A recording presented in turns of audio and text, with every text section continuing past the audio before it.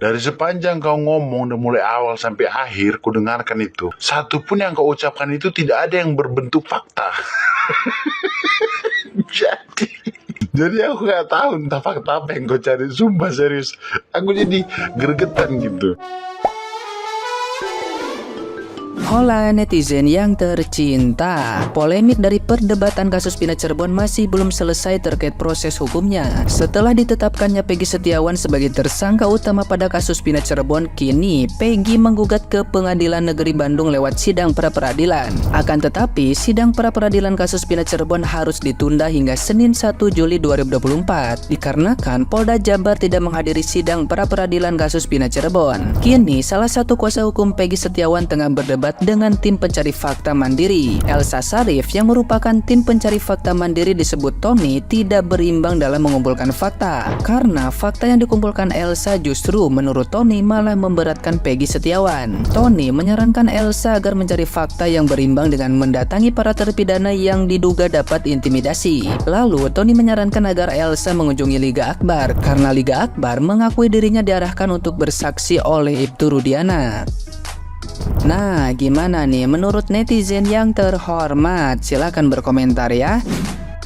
Nah, seharusnya tim pencari fakta itu berada di tengah ya. Jadi tidak berat ke sana, tidak berat ke sini. Artinya kan dia independen ya kan. Nah, dia tuh harusnya belajar ke Deddy Mulyadi dan juga Uya Kuya. Itulah contoh ya untuk bisa mencari fakta sebenarnya kan. Nah, padahal gitu ya, kenapa gitu ya tidak ditunjuk aja Kang Deddy sama Uya Kuya untuk tim pencari fakta gitu kan. Karena di situ untuk tim pencari fakta sangat butuh untuk transparansi.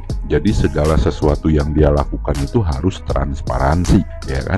Biar kenapa? Biar dia sendiri tidak balik ke diri dia gitu kan. Alhasil yang dia cari itu mau benar atau salah, dia nggak akan terkena imbasnya nantinya gitu kan. Tapi kalau yang seperti ini, akhirnya netizen beranggapan bahwa ini bukan tim pencari fakta, tapi tim pencari amplop. Elsa, kan di situ kan tugasmu menjadi tim pencari fakta. Nah, dari sepanjang kau ngomong dari mulai awal sampai akhir, ku dengarkan itu. Satu pun yang kau ucapkan itu tidak ada yang berbentuk fakta. Jadi aku gak tahu entah fakta apa yang kau cari. Sumpah serius, aku jadi gregetan gitu. Kau bilang sih Peggy Setiawan ganti identitas.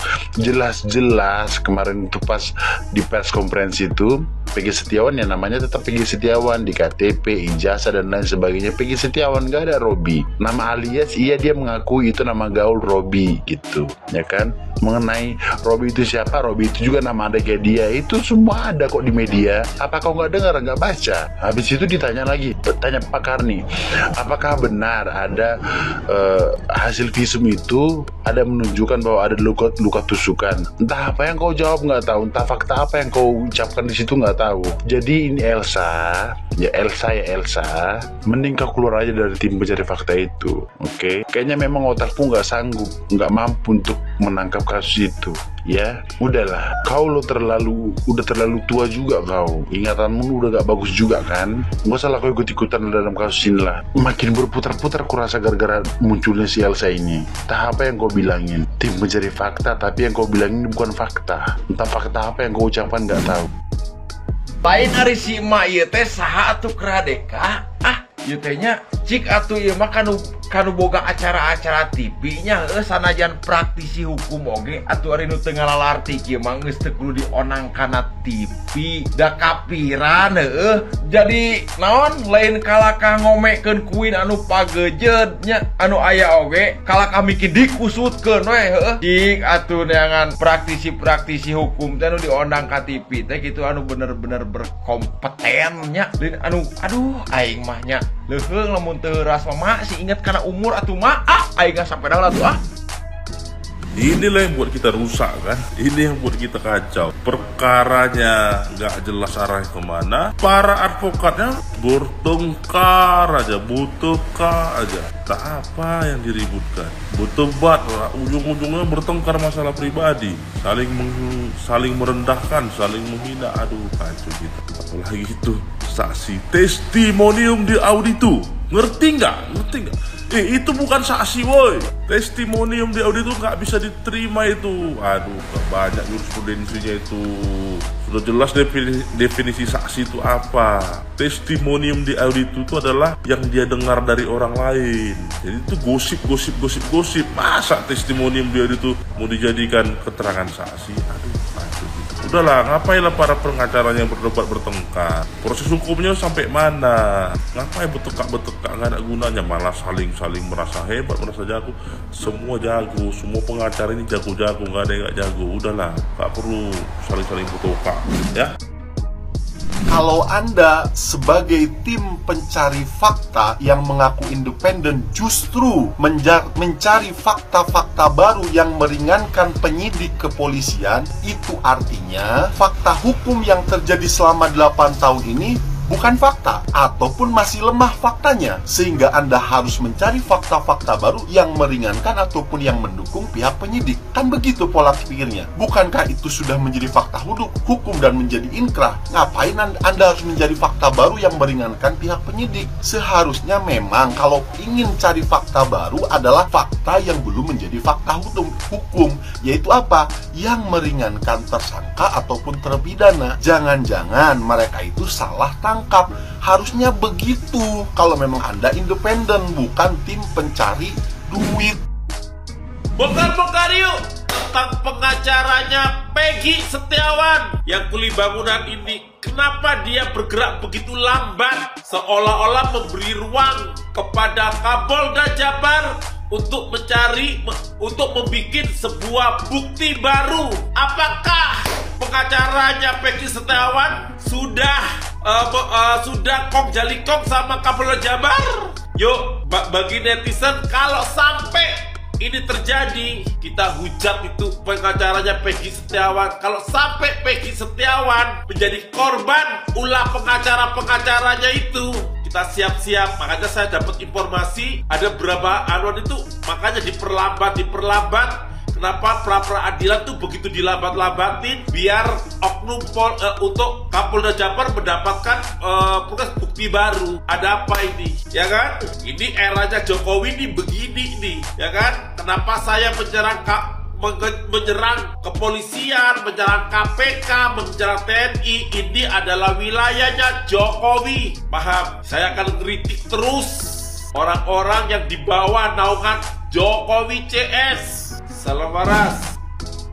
Dengan bangganya tadi Humas Mabes Polri Sandi Nugroho memperlihatkan ke publik bahwa ada foto kondangan, foto Peggy Setiawan dengan 3 temannya. Foto ini dikaitkan dengan keterlibatan Peggy Setiawan dalam tragedi Vina dan Eki, di mana yang bersangkutan menjelaskan bahwa foto ini sudah diperlihatkan kepada 7 terpidana, ya, bahwa ini Peggy Setiawan ini tidak salah tangkap. Bukan salah tangkap, Pak, tapi sengaja ditangkap untuk membayar hutang penyidik terhadap negara, untuk membayar hutang karena ini sudah menjadi viral. Jadi bukan salah tangkap, memang sengaja ditangkap karena dianggap Peggy Setiawan ini tidak punya kemampuan untuk melawan. Ternyata berbalik, Pak. Orang banyak simpati, banyak orang prihatin sehingga dia memberikan atensi terhadap Peggy Setiawan. Ini yang tidak pernah diprediksi oleh Polri sebelumnya. Bayangkan, Pak, kalau foto itu sudah disita atau sudah di tangan penyidik sejak tahun 2016, mengapa foto DPO itu tidak ditampilkan supaya orang bisa membantu mencari? Yang pertama, mengapa dia tidak dipanggil sebagai saksi dan sebagai tersangka di 2016, baru ditetapkan DPO? Jadi jangan diputar-putar, masyarakat juga banyak yang sudah paham, Pak. Dan kami juga bertugas untuk memberikan pemahaman itu kepada masyarakat supaya tidak terlalu gampang ditipu. Lagian ngapain lagi Bapak mutar-mutar ke tahun 2016? Bapak Kapolri kan sudah jelas